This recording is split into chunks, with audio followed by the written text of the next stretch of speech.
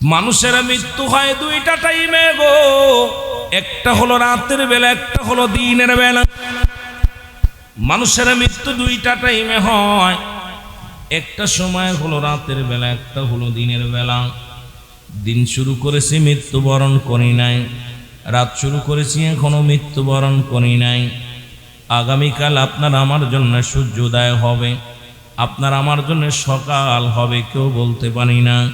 কারণ পরবর্তী সময় আপনার আমার জন্য কি নিয়ামত বয়ে আনতেছে আপনি আমি কেউ জানি না। জোরে জোরে বলেন ঠিক কিনা? এই পৃথিবীর মধ্যে আসার একটা সিরিয়াল আছে গো, যার কোনো সিরিয়াল নাই। দেখা যায় বাবা জিন্দা, সন্তান দুনিয়ার মধ্যে নাই, সন্তান জিন্দা, বাবা দুনিয়ার মধ্যে নাই। রব্বুল আলামিন এই গোরস্থানে কত মানুষ ঘুমায় আছে রে আল্লাহ, কবরটা দেখে বড্ড ভয় লাগে অন্তরের ভিতরে। গো রব্বুল আলামিন কখন যেন আমাকেও বিদায় করে দিবে। এই দুনিয়ার মায়া আছে রে অন্ধকার জীবনে, অন্ধকার কবর হবে একমাত্র আপনার আমার ঠিকানা। এই পৃথিবীর মধ্যে তিনটা বিপদ। নাম্বার 1 হলো মানুষের মরণ, নাম্বার 2 হলো কবর, নাম্বার 3 হলো কিয়ামতের ময়দান। 1 নাম্বার বিপদই হলো মানুষের মরণ। এই মরণের পেয়ালা পান করতে হবে, এর মধ্যে কোনো সন্দেহ নাই। জোরে জোরে চিল্লায়া বলা যাবে না ঠিক কিনা? আমার মরণ আসিবে কখন কেউ তো জানি না, আমার মরণ। একটু জোরে জোরে বলেন, আমার মরণ আসিবে কখন কেউ তো জানি না। এই আমি চলে যাব, আমায় তোমরা বইলা যাইও না। আমি চলে যাব, আমায় তোমরা না, আমার মরণ আসিবে কখন কেউ তো জানি না। জোরে বলেন, আমার মরণ আসিবে কখন। টাকা পয়সা দালান কোঠা যাহা করেছি, সব কিছু ফেলাইয়া আজি একাই চলেছি রে আমি। সব কিছু ফেলাইয়া আজি একাই চলেছি। আমি যাবার কালে ভেবে দেখি আমার কেহ নাই। আমি যাবার কালে ভেবে দেখি না, আমার মরণ আসিবে কখন কেউ তো জানি না, আমার মরণ আসিবে। একটু জোরে জোরে চিল্লায় বলা যাবে না, আমার মরণ আসিবে কখন কেউ তো জানি না, আমার। এই পৃথিবী চিরদিন থাকার জায়গা নয়, অন্ধকার কবর যে তোমার আসল ঠিকানা রে মানুষ। অন্ধকার কবর যে তোমার আসল ঠিকানা। ডানে বামে মাটি, আমার মাটির বিছানা। ডানে বামে মাটি আমার। এ দুনিয়ার মুসলমান,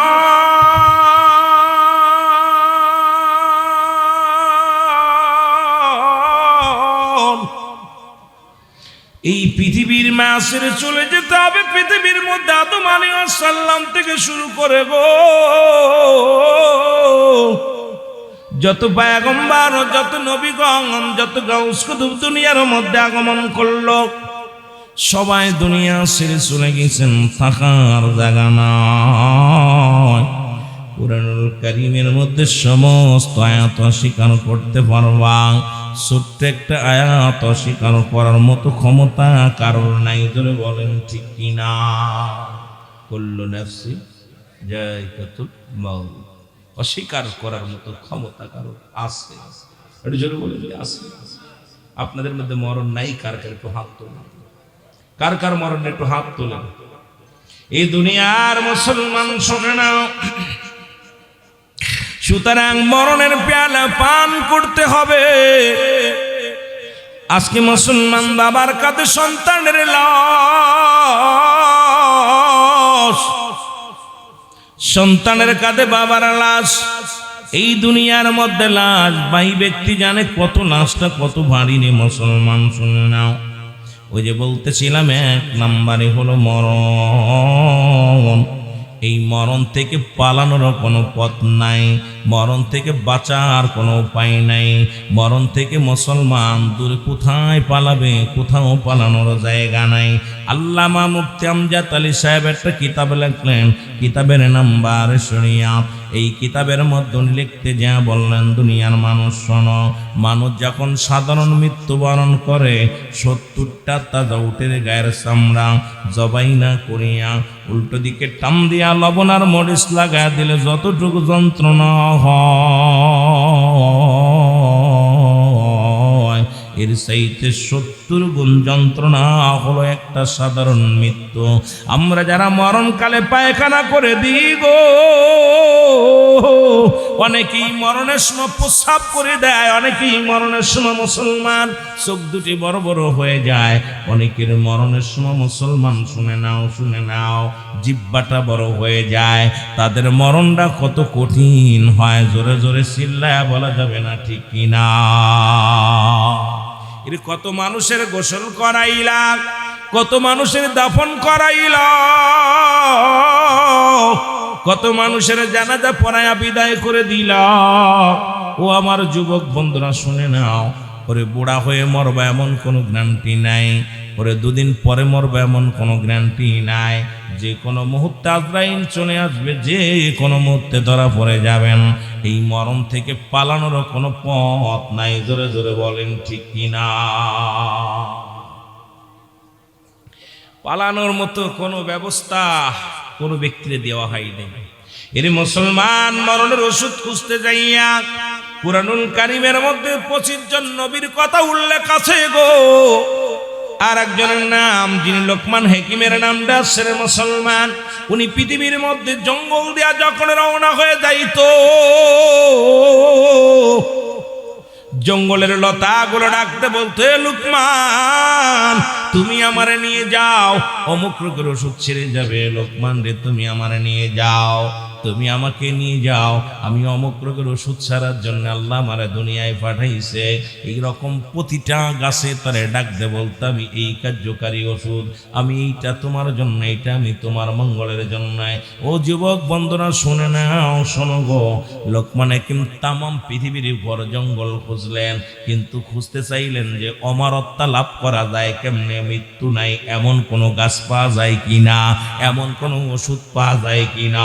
উত্তর থেকে পশ্চিম, পশ্চিম থেকে উত্তর, উত্তর থেকে দক্ষিণ, দক্ষিণ থেকে পূর্ব, পূর্ব থেকে পশ্চিম, সমস্ত প্রান্ত খুঁজতে খুঁজতে মুসলমান এ প্রান্ত থেকে ও প্রান্ত, এখান থেকে ওখানে, এই জঙ্গল থেকে ও জঙ্গল, মৃত্যুর আগ পর্যন্ত কোথাও এমন কোনো গাছ পাইলেন না।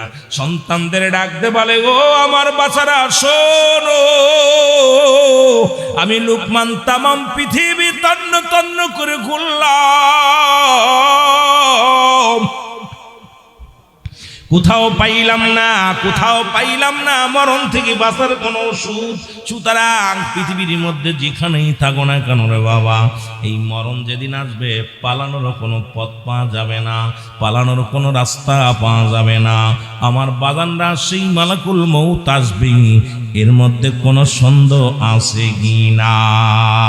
আমার মরণ আসিবে কখন কেউ তো জানি না। আমার আরো জোরে জোরে বলেন, আমার মরণ আসিবে কখন কেউ তো জানি না। আমি চলে যাব, আমায় তোমরা বইলা যায় না, আমি চলে যাব, আমায় তোমরা না, আমার মরণ আসিবে কখন কেউ তো জানি না। বলো মরণ আসিবে। এ দুনিয়ার মুসলমান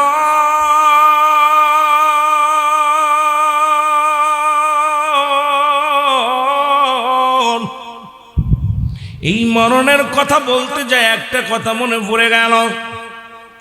ঈসা ইবনে মরিয়াম আলাইহিস সালাম ঈসা নবীর ডাক দিয়ে বলে, ও বাবা ঈসা, আমারে তুমি দুনিয়ার কিছু ফল খাওয়াও গো। এই দুনিয়ার ফল মলমূল আমার মন চায়। যখন ফল আনার জন্য সন্তান চলে গেছে বাজারে, এমন সময় আজরাইল আলাইহিস সালাম মরিয়াম আলাইহিস সালামের ঘরের মধ্যে হাজির। সালাম দা, আসসালামু আলাইকুম মরিয়াম। মরিয়াম ওয়ালাইকুম আসসালাম, তুমি কে গো? মালাকুল মউত। বলো আলাইকুম আসসালাম মরিয়াম, আমি মালাকুল মউত, আমি আপনার কাছে আসি রূহটা নেওয়ার জন্য। জোরে বলো আল্লাহু আকবার। এর মরিয়াম আলাইহিস সালাম ডাক দিয়ে বলে, আজরাইল, তুমি আসছো আমার রূহটা নেওয়ার জন্য, একটু দেরি করো, কারণ আমার কলিজার টুকরা সন্তান, আমার কলিজার টুকরা ছেলে বাজারে গেছে, একটু বাজার থেকে আসুক, তারপরে আমার রূহটা নেও। ওরে আজরাইল কয়, মরিয়াম তুমি কি মরণকে ভয় পাও? আমি একটা মিনিট সময় তোমার দিতে পারবো না। ওরে মরিয়াম শুনে নাও, রব্বি কারিম আমাকে হুকুম দিছে, সেই হুকুমের মধ্যে আপনার যাইতে হবে। যাওয়ার সময় হয়ে গেছে, থাকার সময় নয়। মরিয়াম আলাইহিস সালাম, আজরাইল আমাকে একটু সুযোগ দাও, যতক্ষণ পর্যন্ত আমার কলিজার টুকরা সন্তান ঘরে না ফিরে আসে। এসে যখন দেখবে জনম দুঃখিনী মা দুনিয়ার মধ্যে নাই, সন্তান বড় কষ্ট পাবে, একটু দেরি করো গো, আমারে একটু সময় দাও, আমার কলিজার টুকরা সন্তান আসুক, দুইটা কথা বলে যায়। এর মালাকুল মউত ডাক দে বলে, মরিয়াম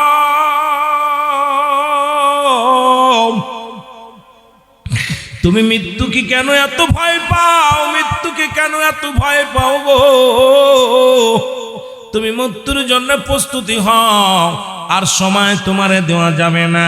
এর মুসলমান আজরাইল আলাইহিস সালাম মরিয়ামের ভিতরে প্রবেশ করলো, মরিয়াম আলাইহিস সালামের রূহটা নিয়ে চলে গেল।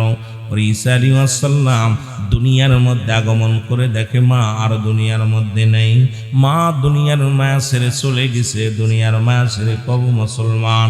ও মুসলমান, সঙ্গে সঙ্গে রব্বি কারিমের দরবারে কান্দার বলে, আমার আল্লাহ, এই দুনিয়ার মধ্যে আমার মা দুঃখিনী মা চলে গেল, আমাকে আদর করতো, আমাকে ভালোবাসতো, আর এই দুনিয়ার মধ্যে আমার বাবা নাই রে, মায়ে আমার আদর করতো, ভালোবাসতো রে। আমার আল্লাহ, আজকে জনম দুঃখিনী মা চলে গেল, আমি কার কাছে দুঃখের কথা বলবো, কার কাছে কষ্টের কথা বলবো?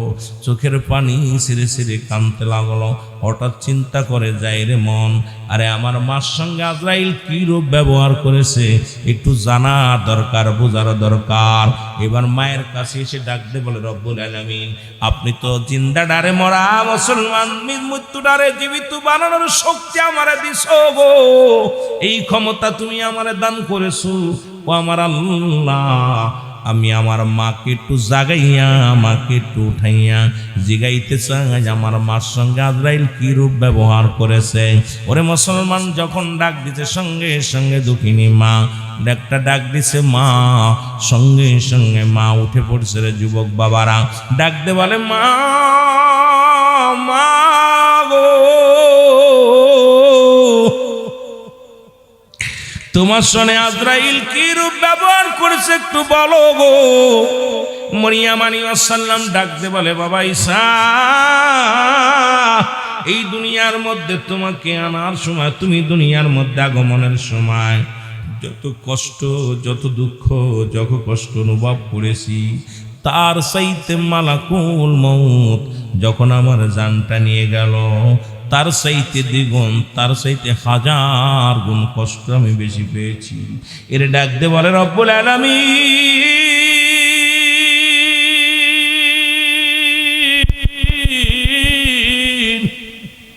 আমি একজন নবী, আমার মায়ের সঙ্গে আজরাইল কি রূপ ব্যবহার করলো গো, মা যে বড় কষ্ট পাইছেন। আমার আল্লাহ, আল্লাহ কয়, জিবরিল তাড়াতাড়ি যাও, আমার নবীরে জানায় আসো তার মায়ের রূহটা কেমনে নিয়া হয়েছে।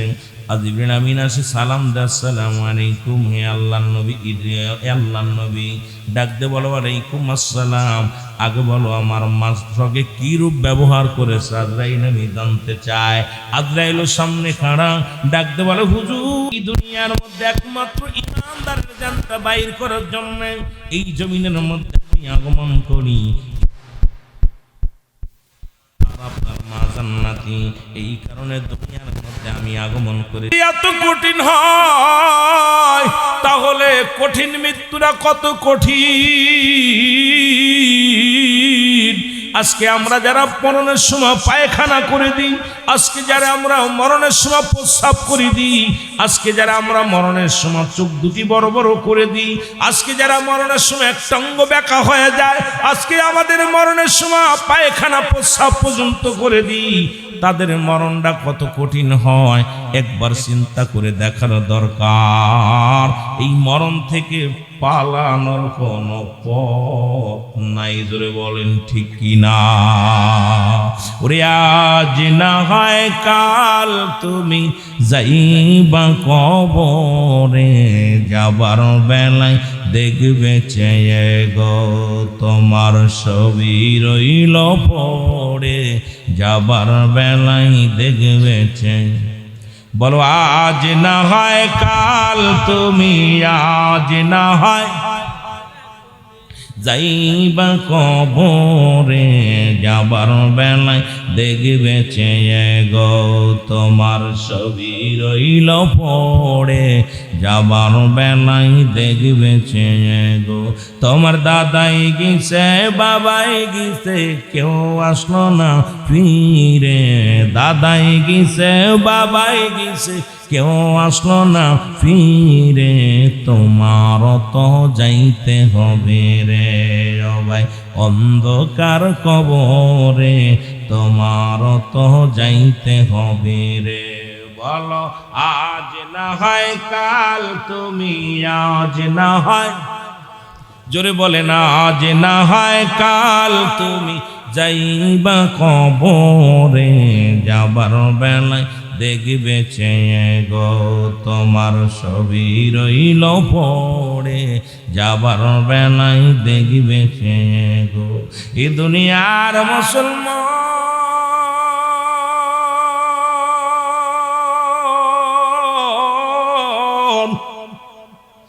বড্ড আনন্দ লাগলো, এখানে বিশাল গোরস্থান। আর যারা যারা আব্বা মা শুয়ে আছে, একটা করে বাড়ি থেকে যদি একটা করে লোক এই ময়দানে আসে, এই মাহফিলে মানুষ ধরার জায়গা থাকবে না। কারণ বাবা মার জন্য কি আপনার মায়া লাগে না, দয়া লাগে না? পিতা মাতার মোট 14টা হক, আব্বা মা যারা দুনিয়া থেকে বিদায় হয়ে গেল তাদের জন্য 7টা হক, যারা দুনিয়ার মধ্যে জীবিত আছে তাদের জন্য 7টা হক। আজকে দুনিয়ার মধ্যেই 14টা হক। ও যুবক, একটু ধীরে ধীরে শুনে নাও, কত মানুষ কবরে শুয়ে গেছে। আজকে তারা কবরের জগতে যাওয়ার পর তাদের জন্য দোয়া করার মানুষ নাই, তাদের জন্য মাগফিরাত কামনা করার মানুষ নাই। রব্বুল আলামিন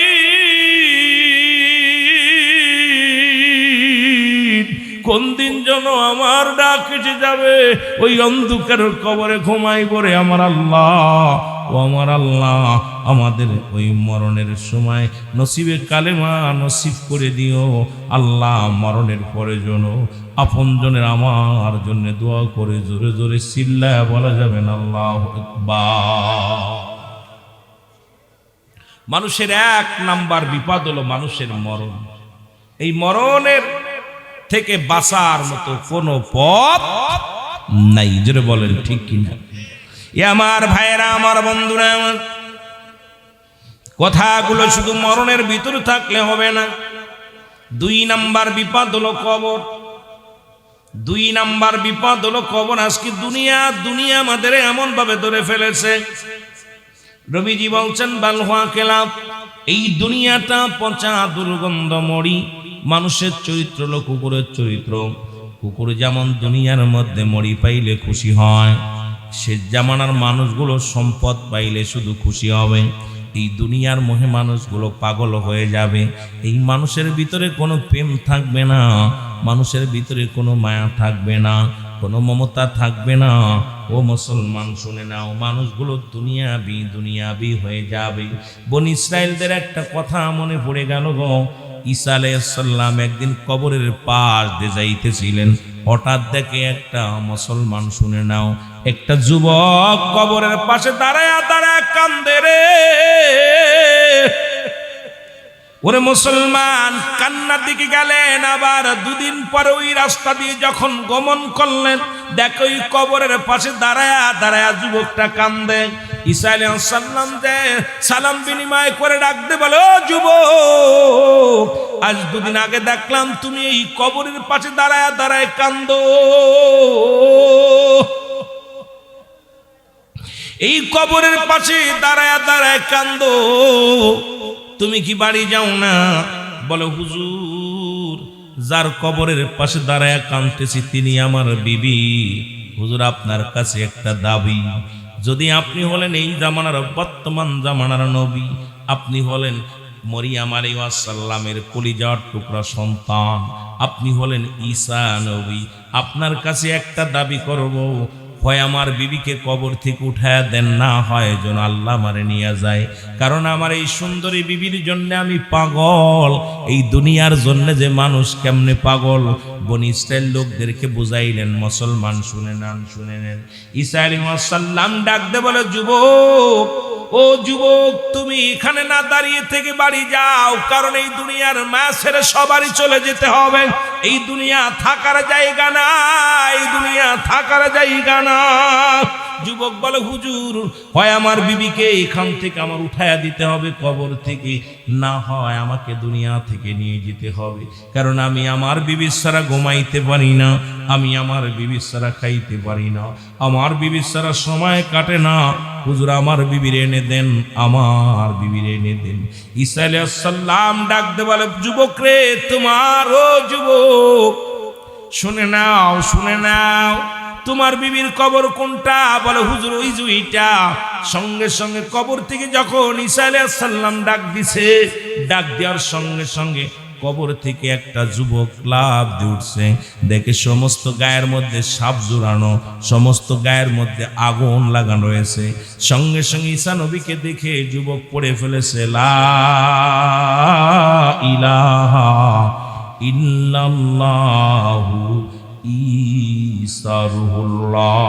সঙ্গে সঙ্গে গা থেকে আগুনগুলো লিবে গেছে, আর সাপগুলো ঝরে জমিনের মধ্যে পড়ে গেছে। ডাকতে বলে, হুজুর, এটা তো মেন মানুষ না, এটা পুরুষ মানুষ। এ মুসলমান, ওই যুবকটা ডাকতে বলে, আল্লাহর নবী ঈসা, আমি পাপিষ্ঠ হইয়া জাহান্নামের আগুনে জ্বলতেছিলাম, এই কবরের ভিতর অনেক কষ্টের মধ্যে ছিলাম গো, আপনাকে পাইয়া, কারণ আপনার দিন পায় আমি অস্বীকার করেছিলাম। এই দুনিয়ার মধ্যে ইসলাম মানি নাই, আপনার বিধান মানি নাই, আল্লাহর বিধান মানি নাই, আমার মন করা মতো আমি চলেছি। এখন ইন্তেকালের পরে জাহান্নামের আগুনে দাউ দাউ করে জ্বলতেছি। হে আল্লাহর নবী ঈসা, আমি যখনই আপনার উপর ঈমান আনছি, রব্বুল আলামিন আমার গা থেকে সমস্ত আগুনগুলো লিভাইয়া দিছে, আমার গায়ে থেকে যত সাপ ছিল জমিনের মধ্যে ঝরে গেছে। আল্লাহর নবী, আমি ঈমান আনলাম আপনার প্রতি, লা ইলাহা ইল্লাল্লাহু ঈসা রুহুল্লাহ। জোরে জোরে চিল্লায়া বলা যাবে না মারহাবা। কালেমা পড়ছে, সঙ্গে সঙ্গে ঈসা আলাইহিস সালামের পরে ঈমান আনার সঙ্গে সঙ্গে এই জাহান্নামী মানুষটাকে আল্লাহ জান্নাতি করে দিয়েছে। সুবহানাল্লাহ বলেন, আর একটু জোরে বলেন না। আমার ভাইয়েরা, আমার বন্ধুরা, আমার ঈসা আলাইহিস সালাম ডাকতে বলে, যুবক, এটা একটা পুরুষের কবর। কয়, হুজুর, পাশের কবরটা আমার বিবির কবর। বিবির কবর থেকে যখন উঠাইতে ডাকতে বলছে, ওঠো, সঙ্গে সঙ্গে উঠছে এক সুন্দরী মহিলা। এত সুন্দর, রব্বুল আলামিন তার ইন্তেকালের পরে আরো তার রূপ যৌবন বাড়িয়ে দিছে। কারণ দুনিয়া থেকে ঈমান নিয়ে কবরে গেছে, কালেমা পড়ে ঈমান নিয়ে কবরে গেছে। কবরে যাওয়ার সঙ্গে সঙ্গে আল্লাহ তারে জান্নাতি করে দিয়েছিল। এই দুনিয়ার মধ্যে অনেক সুন্দরী চেহারা, অনেক সুন্দর ও যুবক, আমার ভাইয়েরা, আমার বন্ধুরা, আমার সঙ্গে সঙ্গে তাকে কি করলেন, সুন্দর, আরো সুন্দর বানিয়ে দিলেন। এবার আমার বাবারা, আমার বন্ধুরা আমার, ডাক দে বলেন, যাও, এটা তোমার বিবি। বলে, জি হুজুর। একে নিয়ে যাও, চলে যাও। কোথায়? বাড়িতে যাও, বাড়ি যায় অবসর করো। যখন বাড়ি নিয়ে গেলেন, বাড়ি নিয়ে যাওয়ার পর ওই রাস্তা দিয়ে যাইতেছিল ওই দেশের যিনি প্রেসিডেন্ট, মুসলমান, শুনে নাও, ওই দেশের যিনি প্রধান, উনি যাইতেছিলেন। যার পর দেখে রে মুসলমান সুন্দরী নারী, এই দুনিয়াটা যে আগেই বললাম বালহুয়া খেলাফ, এই দুনিয়াটা যে পচা দুর্গন্ধ মরি। আজকে দুনিয়ার জন্য আমরা সব ছেড়ে দিছি, নামাজ ছেড়ে দিলাম, রোজা ছেড়ে দিলাম, এই দুনিয়ার জন্য সব কিছু ভুলে গেলাম। দিলাম গমের জন্য, আসর কাজা দিলাম দুনিয়ার সংসারের জন্য, জোহর কাজা দিলাম, ফজর কাজা দিলাম, মাগরিব কাজা দিলাম, শুধু এই দুনিয়ার ছেলে মেয়েদের ঝামেলার মধ্যে পড়ে। এই জন্য রাসূল বারবার বলছে বালহুয়া খেলাফ, এই দুনিয়াটা পচা দুর্গন্ধ মরি। কিন্তু একবার কি আপনার বাবা লাগবে 80 বছর, 50 বছর, 40 বছর পরেও আপনাকে চলে যেতে হবে। এই একমাত্র ঠিকানা, সেই ঠিকানাটা হলো কবর। জোরে বলেন ঠিক কিনা? আর কবর বলতে বোঝায় মানুষের মৃত্যুর পর থেকে শুরু করে কিয়ামত পর্যন্ত। সুতরাং কবরে কোনো সকাল আর বিকেল নাই, কবরে কোনো রাত আর দিন নাই। আমরা তো সকালে রাত্রে ঘুমাই, সকালবেলা উঠি, সকালবেলা উঠে আবার কাজে কর্ম বাইর হয়ে যায়। কবরে কোনো সকাল আর বিকেল নাই, রাত আর দিন নাই। ওই যে কবরে শুরু আছে কিয়ামত পর্যন্ত, কিয়ামত পর্যন্ত আপনাকে থাকতে হবে রে মুসলমান, আবাদান আবাদান চিরস্থায়ী। সুতরাং ওই কবরের পুঁজি বানায় যাওয়ার দরকার আছে কি না? আর একটু জোরে বলেন, আছে কি না? আমার ভাইরা, আমার বন্ধুরা আমার, যে কথা বলতেছিলাম খুব গুরুত্ব সহকারে শুনবেন। এইবার সুন্দরী নারী নিয়ে ঘরে গেলেন। যা বিবি কি করলেন, স্বামীর উরতের পর মাথা দিয়া, যখন স্ত্রীর উপর উরতের পর মাথা দিয়া স্বামী ঘুমায়া গেলেন, ক্লান্ত অবস্থায় ওই পদ্মে যাইতেছিল একজন রাজার ছেলে, একজন রাজকুমার। দেখেন সুন্দরী নারী, এই সুন্দরী নারী এই সমাজের মধ্যে তার স্বামীর মাথার মধ্যে হাত বোলাইতেছে। দেখে সুন্দরীকে ডাক দিয়ে নিয়ে গেলেন, নিজের স্বামীকে ফেলে থুয়ে চলে গেলেন, ওই রাজকুমারের সঙ্গে চলে গেলেন। ঘুম থেকে উঠে দেখে রাজা, মুসলমান রাজকুমার চায় দেখে, ঘুম থেকে উঠে দেখে তার বিবি নাই। সমস্ত জায়গা তন্ন তন্ন করে খুঁজলেন, এলাকার মধ্যে খোঁজ লাগাইলেন, কোথাও তার স্ত্রীকে পাইলেন না। বাড়ি ফিরে আসে দেখে ঘোড়ার সব, ঘোড়ার পায়ের সব। এইবার ঘোড়ার পায়ের সব দেখিয়া আস্তে আস্তে করে খুঁজতে খুঁজতে চলে গেলেন রাজ দরবারে। যা দেখে রানী ঘুমায় আছে, মুসলমান রাজকুমারের সঙ্গে আনন্দ ফুর্তিতে মেতে আছে। দূর থেকে ডাকতে বলে, রানী রে, ও বিবি, তোমার জন্য আমি একটা দিন খানা খাই নাই, তোমার জন্য ঘুমাই নাই, তোমার জন্য আমি আমার জীবনটা সর্বনাশ করে দিলাম। কারণ সারা জীবন তোমার প্রেমের ফাঁদে আমি পড়ে আমি সব হারাইলাম। আর আজকে তুমি অন্য পুরুষের সঙ্গে ঘোরাঘুরি করো রে স্বামী। ও আমার বিবি, তোমার কি আমার জন্য একটু মায়া লাগে না? তুমি এ কি করলা? বিবি কয়, আমি তোমারে চিনি না, তুমি কে? রাজকুমার ডাক দে বলে, ও আমার বাইজি, ওকে চেনো কি না? কয়, চিনি না। সঙ্গে সঙ্গে মুসলমান শুনে নাও, রাজকুমার এসে তাকে কতল করলেন তরবারি দিয়ে। এক কবে পুরুষটাকে দুনিয়া থেকে বিদায় করে দিলেন, আর মহিলাটাওকে শেষ করে দিলেন। দুনিয়া থেকে ছিলেন জান্নাতি হইয়া মৃত্যুবরণ করার পর, এবং জাহান্নামী হইয়া দুনিয়া থেকে বিদায় হয়ে গেল। বনি ইসরাইল লোকদেরকে বুঝাইলেন, বনি ইসরাইল লোকদেরকে বুঝাইলেন, ঈসা আলাইহিস সালাম, ও দুনিয়ার মানুষ, এই দুনিয়াটা হলো সুন্দরী নারী। এই দুনিয়ার পাশে যে ঘুরবে, দুনিয়ার পিছে যে ঘুরবে, দুনিয়ার জন্য যে পাগল হয়ে যাবে, এই দুনিয়ার প্রেমে যারা পড়ে যাবে, তারা দুনিয়া আখিরাত দুইটাই হারাবে। জোরে জোরে চিল্লায় বল আল্লাহু আকবার। ঈসা আলাইহিস সালাম বনি ইসরাইল লোকদেরকে বুঝাইলেন, দুনিয়াটা একটা এমন সুন্দরী নারী, যে সুন্দরী নারীর প্রেমে পড়ে যেমন যুবক ঘুমায় নাই, যুবক যেমন খানা দানা ছেড়ে দিয়ে ওই সুন্দরী নারীর পিছে ঘুরছে, আমরা দুনিয়ার মানুষ 40 বছর, 50 বছর, 80 বছরের জিন্দেগি শুধু দুনিয়া দুনিয়া দুনিয়া দুনিয়ার পিছে ঘুরছি। আমার ভাইয়েরা, আমার বন্ধুরা আমার, এই জন্য কার জন্য ঘুষ খাও, কার জন্য সুদ খাও, কার জন্য জিনা ব্যভিচার করো, কার জন্য অন্যায় করো, আমি মাঝে মাঝেই বলি কথাটা, মাঝে মাঝেই বলে থাকি রে মুসলমান, শুনে নাও, এই দুনিয়ার সম্পদ খাবে লোকে, তোমার দেহ খাবে ফোকে।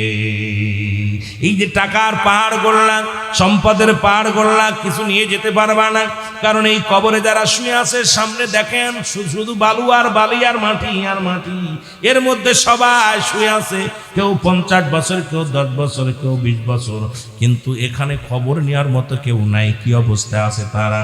এই দুনিয়ার মায়া ছেড়ে চলে গেছে, আপনি আমিও চলে যাব, কিন্তু মুসলমান 6টা হক আব্বা মার জন্য থেকে যায়। তার মধ্যে নাম্বার ওয়ান তাদের জন্য মাগফিরাত কামনা করা। আজকে সুযোগ পাইছেন মাগফিরাত কামনা করা, কারণ যাদের আব্বা নাই মা নাই, আমার বাজানরা সুযোগ একটা পাইলেন, যাদের আব্বা মা শুয়ে আছে এই গোরস্থানে, দাদা দাদি শুয়ে আছে, ভাই বন্ধু শুয়ে আছে, কয়টা সুযোগ পাচ্ছেন। 1 নাম্বার হলো তাদের জন্য মাগফিরাত কামনা করা, 2 নাম্বার হলো তাদের জন্য সব রেশনি করা। একটু সব রেশনি করবেন, কারণ হাতটা উঠায় রব্বি কারিমের দরবারে ডাকবেন, বড় রব্বি রহমা কামা রব্বায়ানি সগীরা। আব্বা মার জন্য দোয়া করো, বসে বসে প্রতিবেশীর জন্য দোয়া করো, কেমন এমন একটা দিন আসবে আমিও চলে যাব, দোয়া করার মানুষ থাকবে না, জোরে কোন ঠিক কিনা? সবাই তো চলে যেতে হবে, থাকার জায়গা না। আজকে দুনিয়ার মায়া ছেড়ে যারা চলে গেল, তারা তো মুসলমান নিরুপায় হয়ে গেল, তারা আমার দিকে আপনার দিকে তাকায় আছে, কারণ আমার সন্তানেরা আমাকে দিবে, আমার বিবি আমারে দিবে, আমার ছেলে আমারে দিবে, কিন্তু আজকে গোরস্থানে শুয়া এত অসহায় হয়ে গেছে, তাদের কবর উপর দিয়ে গরু ছাগলে ঘাস খাইলেও খেদাইতে পারে না, ওই কবর উপর দিয়ে কুত্তা ছেলে পায়খানা করলে খেদানোর ক্ষমতা নাই, ওই কবরটা ভেঙে গেছে। মুসলমান এখান নিজের কবর নিজে সেরে নেওয়ার মতো ক্ষমতা আল্লাহ দেয় নাই, আপনাকে আমাকে রেখে গেছে এই দুনিয়ার মধ্যে। মুসলমান শুনে নাও, শোনো, তাদের কবরটার খবর আমরা নিতে পারি না। নাম্বার 2 হলো তাদের জন্য মাগফিরাত কামনা করা। নাম্বার 3 হলো তাদের আত্মীয় স্বজনের সঙ্গে সদ্ব্যবহার করা। জোরে জোরে বলো মারহাবা। আজকে যাদের আব্বা আপনজন চলে গেছে, দাদা দাদি আব্বা মা, তাদের আত্মীয় স্বজন যারা আছে তাদের সাহায্য সহযোগিতা করা। ও মুসলমান শুনে নাও, তাদের সাহায্য সহযোগিতা করা, তাদের সঙ্গে ভালো ব্যবহার করা। ও মুসলমান শুনে নাও, দেখা যায় আব্বা মা মারা গেলে, আব্বা মা যাদের চলে গেছে তাদের আত্মীয় স্বজন যারা আছে তাদের খোঁজ খবর পর্যন্ত নিতে পারি না। কেবল কপাল, পুরা কপাল, কারণ আমি আপনি এমন পুরা কপাল্লা মানুষ, কারণ আব্বা মার আত্মীয় স্বজনের সঙ্গে ভালো ব্যবহার পর্যন্ত করি না। আপনার আব্বা মা শুয়ে কবরে অশান্তির মধ্যে থাকবে, রাসূল বলছে তোমাদের আব্বা মা যখন মারা যাবে তাদের আত্মীয় স্বজনের সঙ্গে ভালো ব্যবহার, সৎ ব্যবহার করতে হবে। জোরে বলো মারহাবা, আরো জোরে বলেন মারহাবা। মুসলমান শুনে নাও, 4 নাম্বার হলো মুসলমান শুনে নাও, তাদের ঋণ পরিশোধ করতে হবে। মুসলমান দুনিয়ার মধ্যে যত ঋণ থাকে এই ঋণগুলো পরিশোধ করা লাগবে।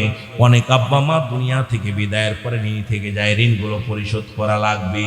5 নাম্বার হলো মুসলমান শোনো, 5 নাম্বার হলো তাদের ওসিয়াতগুলো পূরণ করতে হবে। যত ওসিয়াত শরিয়াত মোতাবেক, আমার দেশে অনেক বাবারা আছে ওসিয়াত করে যায়, সুন্দর ওসিয়াত করে যায়, এটা তুমি মসজিদে দিও, এটা মাদ্রাসায় দিও, এটা কিন্তু আমার দেশের বাজানরা ভক্ষণ করে। দেখা যায় 2টা কাপড় রেখে গেছে, গরিবরে দিয়া দিও, এটাও কিন্তু আমরা দিই না। আব্বা মার ওসিয়াত গুলো শরিয়াত মোতাবেক ওসিয়াত যদি করে যায়, যদি আব্বা মা এমন ওসিয়াত করে গেল তুমি একটা মন্দির বানায়া দিও, খবরদার, খবর দেয় এগুলো করা যাবে না। কিন্তু আব্বা মা ওসিয়াত করছে বাবা তুই 5 ওয়াক্ত সালাত আদায় করবি, নামাজ ছাড়বি না, অন্যায় করবি না, জুলুম করবি না, আদেশ দিয়ে গেল, অনেক সুন্দর ওসিয়াত করে গেল, কিছু কাজ এইটা দান করবি, এটা এই করবি, এর সুন্দর সুন্দর শরিয়াত মোতাবেক বাণীগুলো শোনা গেল, এগুলো আপনার জন্য মানা। ও যুবক, আপনার আব্বা মার যদি হক আদায় করতে এগুলো মানতে হবে।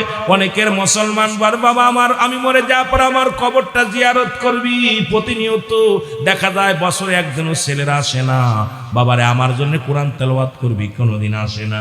তবে আনন্দ পাইলাম 41টা কোরআন খতম হয়েছে, যার একটা হরফ পড়লে 10টা নেকি। রে মুসলমান, আমি অত্র এলাকার মানুষদেরকে ধন্যবাদ জানাই যারা আজকে কোরআন খতম করলো মুর্দা গানের জন্য।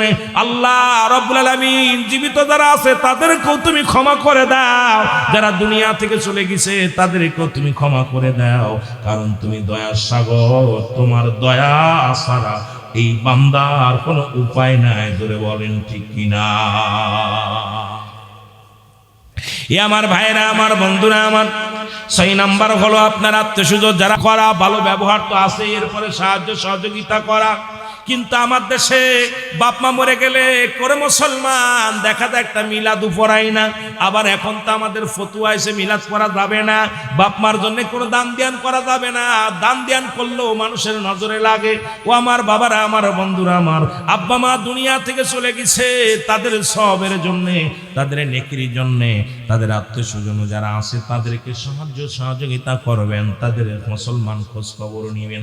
6-7 নাম্বার হলো আব্বা মার বেশি বেশি করে সময় করে আব্বা মার কবরটা জিয়ারত করতে হবে। জোরে বলেন মারহাবা, আর একটু জোরে বলেন মারহাবা। যেহেতু আমি কবর আর হাসর আর মৃত্যুর দিকে আলোচনা নিয়ে গেছি মা মুসলমান, 3টা বিষয়। নাম্বার 1 হলো মরণ, নাম্বার 2 হলো কবর, নাম্বার 3 হলো কিয়ামতের ময়দান। যেহেতু মরণের পরে আপনাদের করণীয় কি সেই বিষয়গুলো আমি বলে গেলাম। এই যে করণীয়গুলো, যে মরণের পরে আব্বা মার যে হকগুলো আছে, এই হকগুলো যদি আদায় না করেন, আপনি আব্বা মার কাছে দায়ী থাকবেন, রব্বে কারিমের কাছে দায়ী থাকবেন। আমার দেশে অনেক ছেলেরা আছে মাসকে মাস চলে যায়, বছরকে বছর চলে যায়, আব্বা মার কবরের পাশে দাঁড়ায় একটু দোয়া করতে পারে না কবল বুড়ারা। কারণ এমন ভাবে দোয়া করো, হাত উঠাও। রাসূল পাক সাল্লাল্লাহু আলাইহি সাল্লাম ডাক দিয়ে বলেন, সাহাবীরা রে, তোমরা কি কবুল হজের সওয়াব পাইতে চাও? সাহাবীরা বলে, ইয়া রাসূলুল্লাহ, ইয়া হাবিবাল্লাহ, কে বানা চায়? নবী বলেন, সাহাবীরা রে, তোমরা শোনো, যাদের বাড়িতে আব্বা মা জীবিত আছে তাদের বাড়ি যায় মা বাবার মুখের দিকে শুধু মায়ের নজরে তাকাইবা, বাপ মারে সালাম দিবা, শুধু আসসালামু আলাইকুম একটা কবুল হজের সওয়াব। আব্বার মুখের দিকে তাকাইবা, মার মুখের দিকে তাকাইবা, মায়ের নজরে তাকাইলে একটা কবুল হজের সওয়াব লেখা হয়ে যাবে। কপাল পুরার আসন। আজকে কিন্তু আমার দেশের ছেলে মেয়েরা আব্বা মার মুখের দিকে সুন্দরভাবে তাকায়ও না, প্রেমিকার দিকে তাকাইয়া কয় তোমারে দেখলে আর ভাল লাগে না, সারাদিন তাকায় থাকতে মন চায়। কিন্তু জন্মদাতা মার মুখের দিকে তাকা, বাবার দিকে তাকা, তাকায় তাকায় যত তাকাইতে পারবি ততই নেকি। জোরে বলো মারহাবা, আর একটু জোরে বলো মারহাবা। আব্বা মার মুখের দিকে, মার মুখের দিকে তাকাইয়া ডাকতে বলো, মা তোমার মতো এত দরদি পৃথিবীর মধ্যে আর কেউ নাই রে মা। বাবার মুখের দিকে তাকায় বলো, বাবা তোমার মতো নিয়ামত আল্লাহ আমারে আর দুনিয়ার মধ্যে কিছু দেয় নাই রে বাবা। তোমার আমল নামে একটা করে কবুল হজের সওয়াব লেখা হয়ে যাবে। আমার নবীজি যখন বললেন, সাহাবীরা বলে, ইয়া রাসূলুল্লাহ, ইয়া হাবিবাল্লাহ, এই দুনিয়ার মধ্যে আমাদের মাও নাই, বাবাও নাই, এত বড় নেকি থেকে আমরা বঞ্চিত হয়ে গেলাম, আমরা অসহায় হয়ে গেলাম। আমার নবী বলেন, আমার আল্লাহ বলে, জিবরিলে যাও যাও আমার হাবিবরে জানায়া দাও, যাদের আব্বা মা নাই তারা যেন কান্দে। রব্বির রহমহুমা কামা রব্বায়ানি সগীরা। জোরে জোরে বলেন, রব্বির রহমহুমা কামা রব্বায়ানি সগীরা। ওরে আমি যদি যাই গো মারা, আমি যদি যাই গো মারা বিদেশের মাটিতে, লাশটায় আমার পৌঁছাই দিও মায়েরি কোলেতে। বলো, লাশটায় আমার পৌঁছাই দিও মায়েরি কোলেতে। জোরে বলো, আমি যদি যাই গো মারা, আমি যদি বিদেশের মাটিতে, লাশটায় আমার পৌঁছাই দিও মায়েরি কোলেতে। বলো, লাশটায় আমার পৌঁছাই দিও মায়েরি কোলেতে। জোরে বলেন, লাশটায় আমার পৌঁছাই দিও মায়েরি কোলেতে। জন্মের পরে যে কোলেতে রাখছে আমার মা,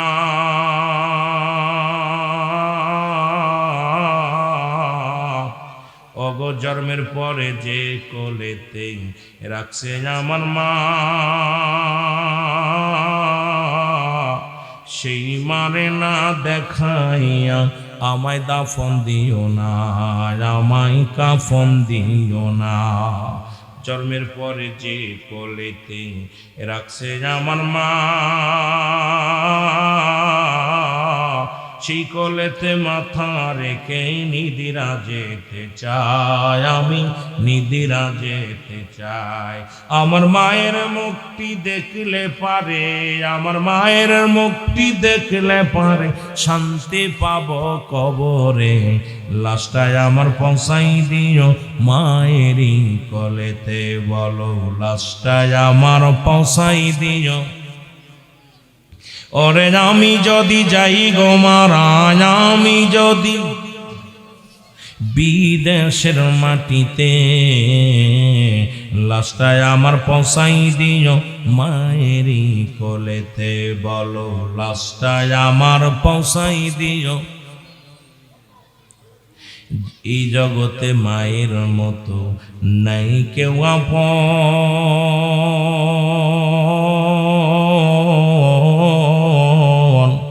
সেই মা বাবারে না দেখায়া আমার তৃষ্ণারে দাফন, আমার তৃষ্ণারে কাফন। এই জগতে মায়ের মতো নাই কেউ আপন,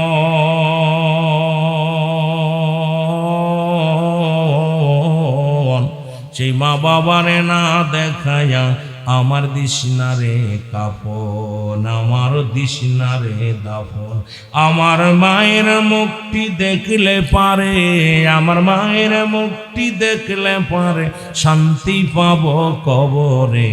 লাশটায় আমার পৌঁছাই দিও মায়েরই কোলেতে, বলো লাশটায় আমার পৌঁছাই দিও মায়েরই কোলেতে।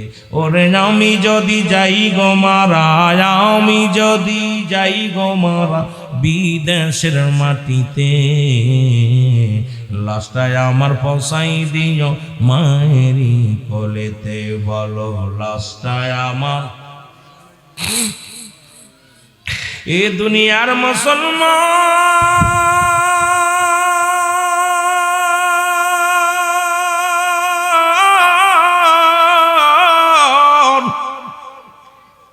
এই 7টা হক আদায় করো। আজকে যারা আপনজনদের কবরে শোয়া দিছো,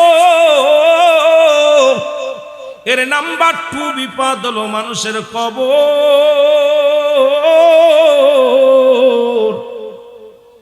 এই কবর বলতে বোঝায় মানুষের মৃত্যুর পর থেকে শুরু করে কিয়ামত পর্যন্ত জগৎটাকে বলা হয় কবরের জগৎ। জোরে বলা যাবে না মারহাবা? আর একটু জোরে বলো আল্লাহু আকবার। এ মুসলমান, যখন আপনাকে দুনিয়া থেকে বিদায় করে দিবে গো, দ্বিতীয় নাম্বার হলো কবর। এই কবরে যেদিন শুইবেন, একজন ফেরেশতা কবরে আসবে, তার নাম হলো নুমান ফেরেশতা। আমরা জানি কবরে মুনকার নেকির আইব, না রে বাজান না। এই মুনকার নেকির ফেরেশতা আসার আগে একজন ফেরেশতা আসবে, তার নাম হলো নুমান ফেরেশতা।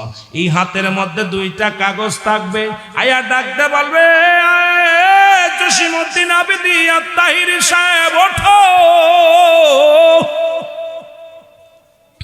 জসিমউদ্দিন ওঠো রে, ডাকতে বলবে ওঠো।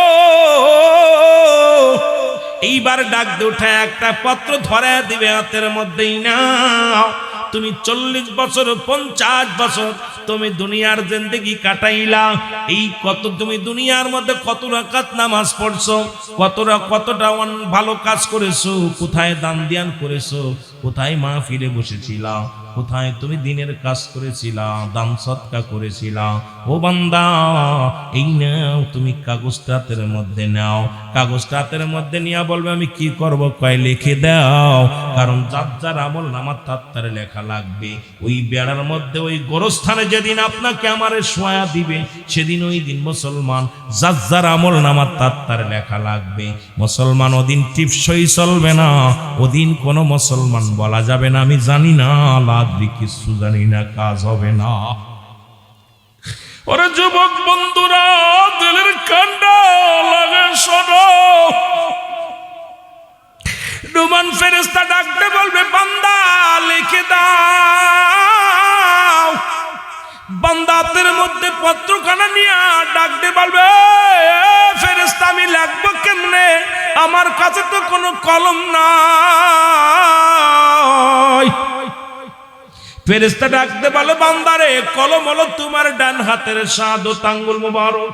আমি আপনাদেরকে বইলা যাই ও যুবক বন্ধুরা শুনে নাও, এই হাতটা দিয়ে আর দুনিয়ার মধ্যে গাদায় হাত দিস না, এই হাত দিয়ে আর অন্যায় ভাবে কারোর গায়ে হাত দিস না, এই হাত দিয়ে আর মদের প্যান্ডেলে হাত দিস না, এই হাত দিয়ে আর বিড়ির মধ্যে হাত দিস না, এই হাত দিয়ে আর আজ থেকে সুদ ঘুষ লেনদেন করিস না, এই হাত দিয়ে দান কর, মাদ্রাসা মসজিদে দান কর, এই হাত দিয়ে দিনের কাজের জন্য টাকা ব্যয় কর, এই হাত দিয়ে মুসলমান আল্লাহ রাসূলকে সন্তুষ্ট করার জন্য দান খয়রাত কর। এর মুসলমান ডাকতে বলে বান্দা শোনো, তোমার ডান হাতের শাহাদত আঙ্গুল মোবারক হবে কলম। জোরে জোরে চিল্লায় বলা যাবে না আল্লাহু আকবার। কলম প্রত্যেকটা মানুষের ডান হাতের শাহাদত আঙ্গুল মোবারক হবে কলম। এটা লিখে দেওয়া লাগবে যার যার আমল নামে। ওই জায়গা চলে গেল, আমি গোরস্থানটা দেখে আচ্ছা অনেক বড় গোরস্থান, আহারে সবাই আজকে আমাদের দিক তাকায় আছে। আপনার আপনজন আজকে রাতটাও তো গুরুত্বপূর্ণ রাত, চিন্তা করছেন আজকে রাতটা কিসের রাত? আহা ইয়ামুল জুম্মা। যখন মাগরিবের আজান হয়েছে সব রুহের জগৎ ছাড়া পেয়েছে, সব একটা রুহ ওর ভিতরে নাই, সবগুলো আপনার দ্বারে দ্বারে ভিক্ষা চাইতেছে। কারণ মায়ের মৃত্যু ব্যক্তি মানুষের নিজের জন্য কামাই করতে পারে না, সে অন্যের জন্য দোয়া করতে পারে। আপনি যখন তার জন্য দিবেন সে বলবে আল্লাহ আমার আপনজন আমার একটু নেকি দিছে, আল্লাহ ওকে সুখে রাখো। আর যে মৃত্যু ব্যক্তির অভিশাপ যারা পাইছে, মোর মায়ের অভিশাপ যারা পাইছে, ওই সংসারের ভিতরে জীবনে শান্তি নাই। দেখবেন মরা মানুষ যখন অভিশাপ দেয় ওই সংসারে স্বামী স্ত্রী মহব্বত থাকে না, ভাইয়ে ভাইয়ে বন্ধুতায় থাকে না, অভাব দূর হয় না, এত কামাইবেন অভাব অনটন দূর হয় না, অশান্তি লেগেই থাকে, রোগ বালা মুসিবত লেগেই থাকে। দেখা যায় স্ত্রীর সঙ্গে স্বামীর সম্পর্ক ভালো থাকে না, সংসারের ভিতরে ছেলে মেয়ের বালা মুসিবত যায় না। কারণ হলো ওই মৃত্যু ব্যক্তি আপনার আব্বা মা আত্মীয় স্বজন যারা আছে তারা আপনার উপরে রাজি নয়। তারা যখন আপনার দ্বারে এসেছিল তাদেরকে কিছু দেন নাই, তারা কষ্ট পেয়েছে, সুতরাং অভিশাপ করতে করতে চলে যায়। আর ওই মরা মানুষের অভিশাপগুলো আপনার আপনজনদের অভিশাপগুলো আপনাকে লেগে যায়। আরে এমন ভাবে লাগে অশান্তি, আপনার অশান্তি খালি ডাক্তারখানা আর জেলখানা হাসপাতাল, জীবনে পঙ্গু অবস্থা, সারা জীবন আপনার এইভাবে চলবে। এই জন্য যখনই আপনি নামাজে দাঁড়াবেন 2 রাকাত নফল নামাজ পড়বেন, পাক কালাম ফাতিহা শরীফ পড়বেন, সুযোগ পাইলেই কবরবাসীদের জন্য একটু দোয়া করবেন। কারণ তারা তো দোয়ার কাঙ্গাল, ভিখারি। কারণ একটা নেকি তাদের আর করে কামায় নেওয়ার মতো ক্ষমতা নাই। সদকায় জারিয়া কিপটেপনা করছে, দান ধ্যান করে নাই। এমন কিপটে আছে বকিল ওই আপনার ইটার মতো, কার মতো, কারুনের মতো। কারণের মতো কিপটা কিছু লোক আছে, এত সম্পদ আল্লাহ দিছে, 5 তলা 6 তলা বাড়ি ফকিরের ভিক্ষে দেয় না, ফকির গায়ে ধুলা মারে। আজকে দেখলাম এক ফকির এক বড় লোকের বাড়ি গেছে ভিক্ষার জন্য, তাকে ঠান্ডা পানি দিয়ে গোসল করানো হচ্ছে। আহা, মানুষটা অসহায়, একটা ফকির মানুষ, মিসকিন, উনি কটা খাবার চাইছে, বলছে আমার কটা খাবার দেন, আমি ক্ষুধার্ত অবস্থা আছি। খোদার কসম আমি নেটে দেখে এত কষ্ট পাইলাম, ভিক্ষা তো দেই নাই, খাবার তো দেই নাই, তাকে এই যত ঝুলা ছিল গায়ে, যত কাপড় ছিল সব ভিজিয়ে শেষ করে দিল। এই মানুষ, তোদের মানুষত্ব। এই জন্য দুনিয়ার মধ্যে যখন ছোট্টবেলা থেকেই একটা কথা শুনতাম, বাবা বলতো মানুষের মতো মানুষ হতে হবে, বাবায় মায় বলতো মানুষের মতো মানুষ হতে হবে, উস্তাদ বলতো মানুষের মতো মানুষ হতে হবে। আজকে বুঝলাম কেন মানুষের মতো মানুষ হতে হবে বলছে। আজকে মানুষ হয়ে যারা এই সমস্ত অসহায় মানুষের সাথে দুর্ব্যবহার করে, ওরা আর জানতাম শিক্ষিত হয়েছে, মানুষ হতে পারে না। এই জন্য বলেন ঠিক কিনা? সুদ ঘুষ, লেখাপড়া শিখে ডিগ্রি নিয়ে সুদ ঘুষ ছাড়া চলে না, এরা মানুষ হতে পারে নাই বাবা। এরা কি হয়েছে? শিক্ষিত হয়েছে, কিন্তু মানুষের মতো মানুষ হতে পারে না, মানুষ হয়ে গেছে। জোরে বলেন ঠিক কিনা? আমার ভাইরা, আমার বন্ধুরা, আমার যে কথাগুলো বলি দিলের কান্ডা লাগা শোনা নাও। যখন এইবার বল বান্দা তোমার ডান হাতের শাহাদত আঙ্গুল মোবারক হবে কলম, বান্দা বলবে আমি কলম পাইলাম। এ মুসলমান শুনে নাও, জসিমউদ্দিন ভাই বলবে বান্দা ও ফেরেশতা আমি কলম পাইলাম, এখন আমি লিখবো কেমনে? কলমের মধ্যে কোনো কালি নাই। বলে বান্দারে কালি পাবে, শুনে নাও, কালি হলো তোমার মুখের থুতু মুবারক। তোমার মুখের থুতু, প্রতিটা মানুষের থুতু মুবারক হবে কালি। সুতরাং আজ থেকে অনুরোধ করব, আজ থেকে আর মুখের মধ্যে বিড়ি দিও না, গাঁজা দিও না, পেন্সিল দিও না, ইয়াবা দিও না, মুখ দিয়া ফাইসা কথা বলো না, মুখটারে পবিত্র রাখো। কারণ এই মুখের থুতু মুবারক হবে কালি। কালি যদি নষ্ট হয়ে যায় লেখা বন্ধ হয়ে যাবে। এই জন্য আমার বাবারা আমার শুনে নাও, আপনাদের কাছে আমার করজোরে দাবি থাকবে, কারণ আজ থেকে মুখটারে পবিত্র রাখতে হবে। মায়ের গর্ভে যখন ছিলাম, মায়ের গর্ভে যখন নাভির সঙ্গে আপনার নাভিটা জুড়াইয়া দিছে, কারণ এই কুরক্ত আপনার মুখ দেখাবার নাই। এই 10 মাস 10 দিন রব্বে কারীম আপনার মায়ের নাভির সঙ্গে আপনার নাভিটা সুন্দরভাবে জুড়াইয়া দিছে, কারণ এইটা আপনাকে আল্লাহ খাওয়াইছে, মুখ দেখাবার নাই। কারণ এই মুখটা দিয়ে আল্লাহ জিকির করবেন, এই মুখটা দিয়ে রাসূলুল্লাহ দুরূদ পড়বেন, এই মুখটা দিয়ে কোরআনুল কারীম পড়বেন, হাদিস পড়বেন, এই মুখটা দিয়ে মানুষকে সালাম দিবেন, মুখ দিয়ে মানুষকে আহ্বান করবেন, সত্যের ডাক দিবেন, আজান দিবেন। সুতরাং এই মুখটা দিয়া রব্বে কারীম মুসলমান কুরক্ত খাওয়ান নাই, নাপাক জিনিস খাওয়ান নাই, কারণ আল্লাহ রাব্বুল আলামিন মুখটারে পবিত্র রাখছে। সেই পবিত্র মুখের মধ্যে আইয়া কেমনে গাজায় টান দাও, কেমনে তোমরা মদে টান দাও, কেমনে তোমরা বিড়ি টান দাও, গাঁজা মিয়া বা ফেন্সিডিল খাও, হারাম খাও। এ যুবক কেমনে সুদের কারবার করো, সুদের জিনিস খাও, ঘুষের জিনিস খাও, এগুলো বন্ধ করো, কারণ এই সব তো সব ছেড়ে চলে যেতে হবে। রব্বে কারীম তো ঘোষণা করে দিছে কুল্লু মান আলাইহা ফান, সব কিছু শেষ করে দিবে আমার আল্লাহ। আল্লাহ কয় বান্দারে এই পৃথিবীর মধ্যে যা কিছু আছে সব কিছু আমি আল্লাহ চূন্য বিচ্ছিন্ন করে দিব। জোরে বলেন ঠিক কিনা? কুল্লু মান আলাইহা ফান, সব শেষ করে দিবে কে? আস্তে কবেন না জোরে কবেন? আল্লাহ বলেন বান্দার এই জমিনের মধ্যে যত মাটি আছে এই মাটিগুলো পুরো আমি তামা বানায় দিব। পরের কত জমি ফাঁকি দিলাম, কত বাড়ি ফাঁকি দিলাম, পরের জমি দখল করে নিলাম, লাঙ্গল চষতে যা লাঙ্গল বেকা করে একটু ঠেলে দিলা, কোদাল কুবাতে যায়া হাতাল কুবায় জমি বানাইলাম, সরকারি জমিগুলো দখল করে নিলাম। বাবারা শুনে নাও, ওই যে যারা আজকে শুয়ে আছে এরাও তো আমার মতো আপনার মতো জীবিত ছিল, তাদেরও সম্পদ ছিল, বাড়ি ছিল, গাড়ি ছিল, নারী ছিল, আজকে কেউ তাদের সাথে নাই। ওই 3.5 হাত একটা কবর, বাদশাহ ফকির হ্যায় সবকো একই ঠিকানা। ধনী যদি মারা যায় ধনীর জন্য যে কবর, গরিব যদি মারা যায় গরিবের জন্য সেও কবর। সুতরাং বাবারা আমার আমি আপনাদেরকে বইলা যায়, ধনী মলেও যে কবর, গরিব মলেও যে কবর। হয়তো একটু দামি কাপড় আসবে, ধনীর জন্য একটু দামি কাপড় আসবে, হয়তো ধনী মানুষের জন্য একটু জানা যায় বেশি মানুষ হবে, তবে জানা যায় যে লাভ কিরে ধনী মানুষ, এর জানা যায়ও যে নামাজ, ইমাম সাহেবেরও যে দোয়া, মুসল্লিরও সেই দোয়া, ইমাম সাহেবের যে সানা, মুসল্লিরও সেই সানা, ইমাম সাহেবেরও যে দুরুদ, মুসল্লিদেরও সেই দুরুদ, মুসল্লিদেরও যে দোয়া, ইমাম সাহেবেরও যে দোয়া। ওরে ভূতির মতো দাঁড়ায়া থাকলা, লাভ কিরে বাবা, লাভ কি? নিজেই মানুষের ফাঁকি দিলা। জানাজার নামাজও সবচেয়ে বড় ফাঁকি হয়।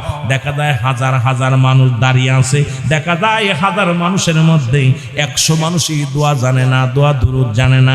ওই বুবা মূর্তির মতো প্রতিমার মতো দাঁড়ায় আছে, দাঁড়াই থেকে লাভ কি? কোনো লাভ নাই। আপনার নিজেই ঠকে পড়লেন, কারণ আপনি যারা জানাজা পড়লেন, জানাজা পড়তাইয়া বুবা মানুষের মতো দাঁড়াই রইলেন, এসে লাভ কি? লাভ কি? লাভ কি? শুধু দোয়া করতে পারলেন না, দাঁড়ায় নিজের কামটাও নষ্ট করলেন। এই জন্য যার জন্য আসলেন তারা যদি কিছু না দিতে পারেন, আসে লাভ কি? আমার বুঝি আসে না, জোরে বলেন ঠিক কিনা? রাগ করেন? আমার দেশে দেখা যায় 20,000 30,000 মানুষ গুছায় জানাজা পড়লে মনে হয় নেকি, মনে হয় ও লোকটা ভালো ছিল বিলে এত লোক হয়েছে। আল্লাহর কসম জিগাইবেন, ইমাম সাহেব আছে ভাই, জিগাইব যে এই কাতারে দেই কয়জন মানুষ জানাজার নিয়তটা জানিস? কোন হুজুর কোন নিয়ত তো যাক বাড়িতে করে ঠিক আছে মানলাম, এ সানাটা ওটাও মনে হয় বাড়িতে করে আছি, কথা বুঝছেন? এবার দুরূদ শরীফ এটাও পারবো না, এইবার দুয়াটা এটাও পারে না, ব্যাকল আছে জানাজা পড়তে। আরে ভাই, আপনি এতগুলো ফাঁকি দিলেন, আপনি কি চিন্তা করছেন একবার? আমাকে ফাঁকি দিচ্ছেন না, আপনি নিজে ফাঁকে পড়তেছেন। কারণ যখন আপনার জানাজার নামাজ এরকম হাজার মানুষ দাঁড়াবে, বুবার মতো প্রতিমার মতো দাঁড়িয়ে থাকবে, লাভ কি?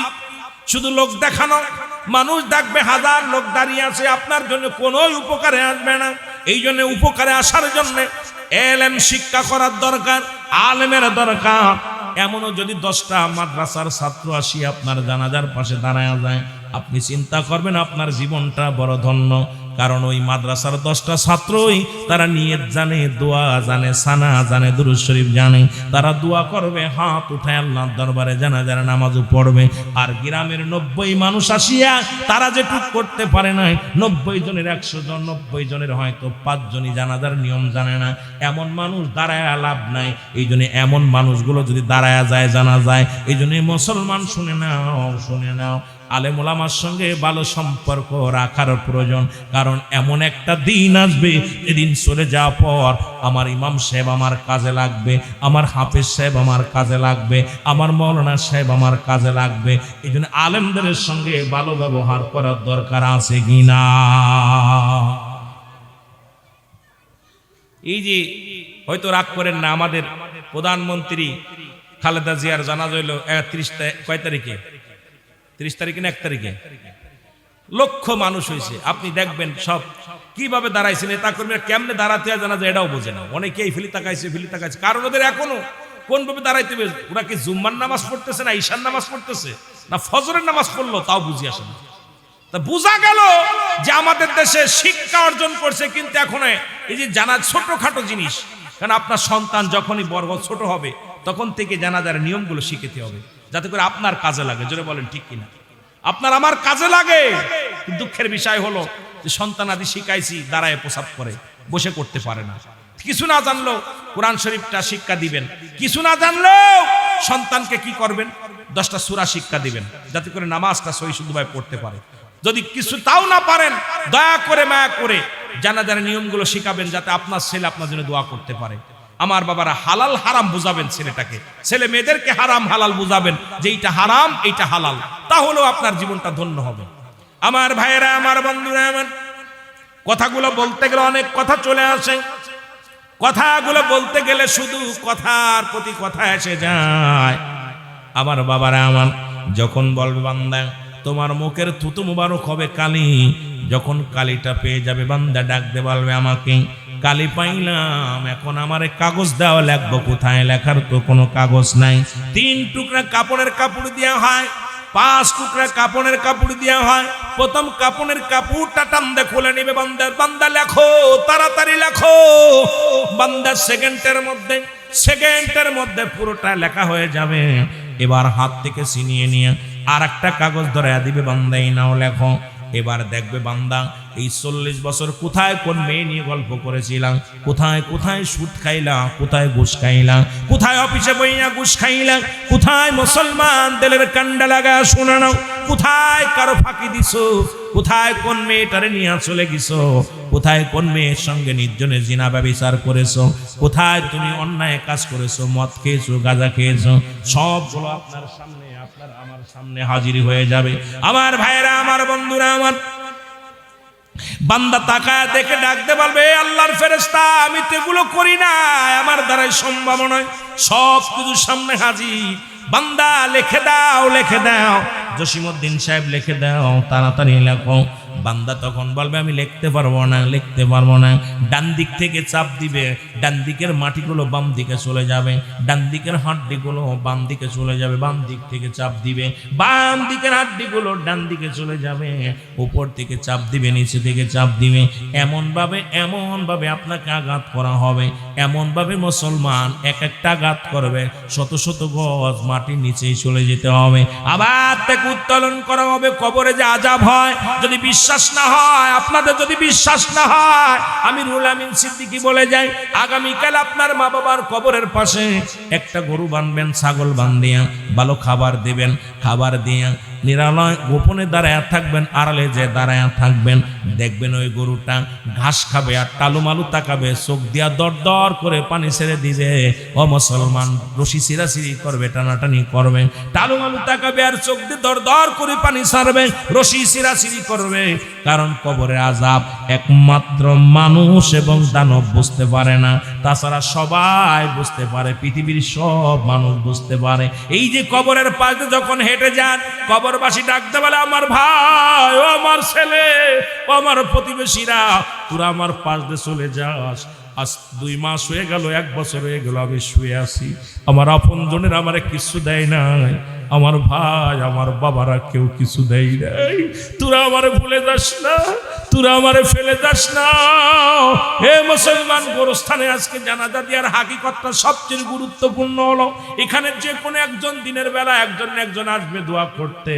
কারণ এই গোরস্থানে দাঁড়ায়া এমন একজন আল্লাহর পাগল যদি হাত উঠায় কান্দে, আল্লাহ যারা শুয়ে আছে তাদেরকে মাফ করে দাও, তাদেরকে ক্ষমা করে দাও। হয়তো মুসলমান আর ওসিলায় এই গোরস্থানবাসী ক্ষমা পাবে। জোরে জোরে চিল্লায় বলা যাবেন আল্লাহু আকবার। আমার বন্ধুগণ, আমার এই কবরে যেদিন আপনাকে শোয়ানো পর এবার যখন আপনার লেখা হয়ে যাবে, আপনার দিয়ে জোর করে লেখানো হবে। আপনি লিখতে না চাইলেও লেখাবে, জোর করে লেখানো হবে। এবার আপনার বদিটা নেকিটা যদি বেশি হয়, বদির কাগজ বদি যদি বেশি হয়, এটা আপনার গলার ভিতরে লটকায় দিয়ে চলে যাবে। বলবে গুড বাই, বিদায় জসিমউদ্দিন, বিদায় রুহুল আমিন, বিদায়। ও মুসলমান শুনে নাও, শুনে নাও। মোহাম্মদ মুসলমান শুনে নাও, আব্দুল মান্নান আত্তায়রি সাহেব বিদায়। কারণ আমি চলে গেলাম। একটু পরে আসবে মানকার নেকির কবরে আসবে, তোমার আমল নামাটা দেখে ফয়সালা করে দিবে। এবার যখন চলে যাবে রে মুসলমান, যার সঙ্গে সঙ্গে মানকার নেকির কবরের ভিতরে আসবো।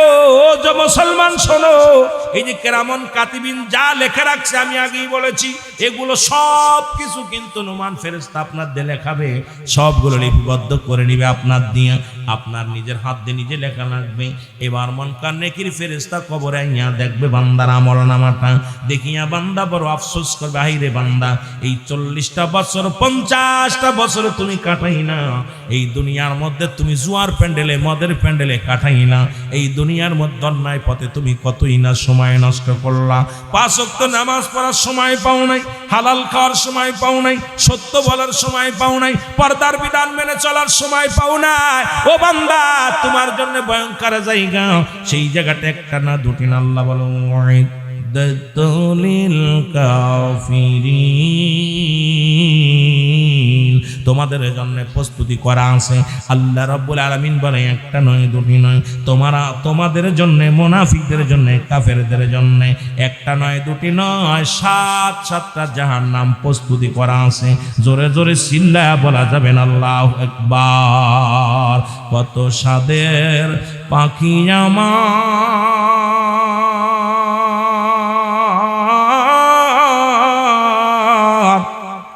কাজল বরণ আখি,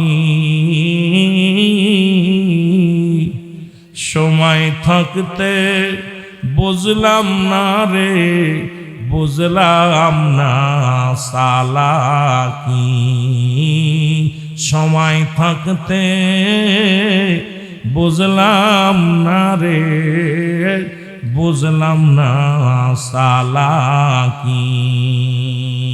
আমার কালো ময়নারে,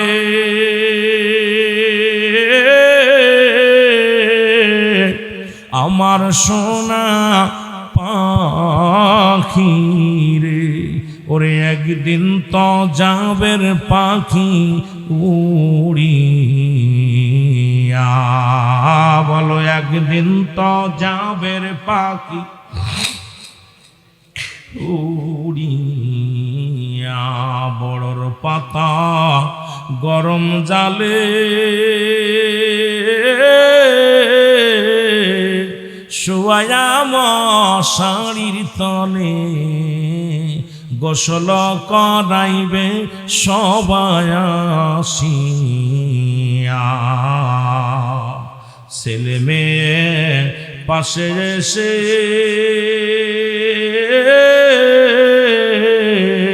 কাঁদিবে পাগলের বেশে, চোখের পানি ফেলবে তারা কান্দিয়া। আমার কালো ময়নারে,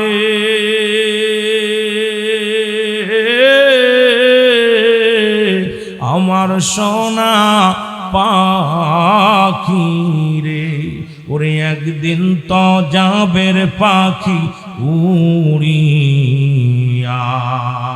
বলো একদিন তো যাবের পাখি। যাদের জন্যে করলাম কামাই,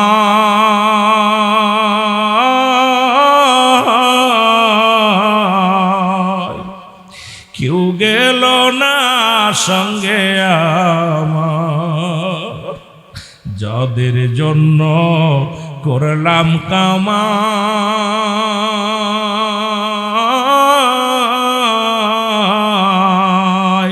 কেউ যে গেল না সঙ্গে আমায়, একা একা দিল আমায় জনমের বিদায়, একা একা দিল আমার জনমের বিদায়। আমার কালো ময়নারে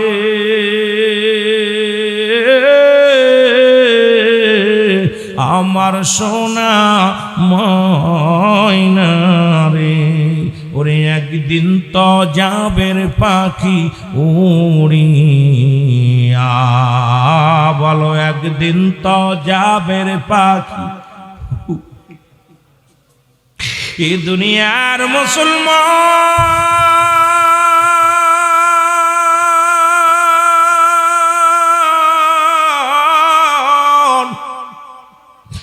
বান্দারে ডাকতে বলে, বান্দা তোমার জন্য জাহান্নাম নির্ধারিত গো, যাও জাহান্নামে তোমার জন্য কিয়ামত পর্যন্ত জাহান্নাম থেকে একটা রাস্তা করে দিবে রে। ওই কবরের ভিতরে কিয়ামত পর্যন্ত সাপ বিচ্ছু, ওই কবরের ভিতরে ও যুবক, ওই কবরের ভিতরে সাপ বিচ্ছু আগুন, বড় বড় মুসলমান বড় বড় কঠিন আযাব গুলো ওই কবরের ভিতরে আসবে রে মুসলমান। আগেই বলেছি কবরে কোনো সকাল আর সন্ধ্যা নাই, রাত আর দিন নাই, ওই যে কবরের শুরু আছে কিয়ামত পর্যন্ত শেষ রে বাবা। আমার দরদি বন্ধুরা, আমার দিলের কান্ডা লাগা শোনো, এবার যদি বান্দার আমলনামা ভালো হয়, ওই বান্দার যদি নেক আমলটা বেশি হয়, এ যুবক দিলের কান্ডা লাগা শুনে নাও, ওই নমান ফেরেশতা যাওয়ার পরে মনকার নেকি রাশিয়া দেখবে তোমার আমলনামাটা ভালো, ওরে বান্দা ডাকতে বলবে, বান্দা মাওলানা জসিমউদ্দিন তুমি দুনিয়ার মধ্যে ভালো কর্ম করেছিলাম, রুহুল আমিন সিদ্দিকী সব তুমি ভালো কর্ম করেছিলা, আব্দুল মান্নান ভাই তুমি ভালো কর্ম করেছিলা, আরিফিন হেলালি ভাই আপনি ভালো কর্ম করেছিলা। ও মুসলমান শুনে নাও, শুনে নাও, যাও তোমার জন্য জান্নাতের দরজা খোলা, কিয়ামত পর্যন্ত তুমি জান্নাতের নিয়ামত গুলো ভোগ করবারে বান্দা। ওই কবর থেকে শান্তি আর শান্তি আসবে, কবর থেকে নিয়ামত গুলো তুমি বইয়া বইয়া অনুভব করবা। আমি এই জন্য বলি বান্দা শুনে নাও, শুনে নাও, একটি নয় দুটি নয়, ইমানদারের জন্য মুমিনের জন্য আল্লাহ বলেন একটা নয় 8টা জান্নাত প্রস্তুতি করে রাখছি। রব্বুল আলামিন ডাক দে বলেন,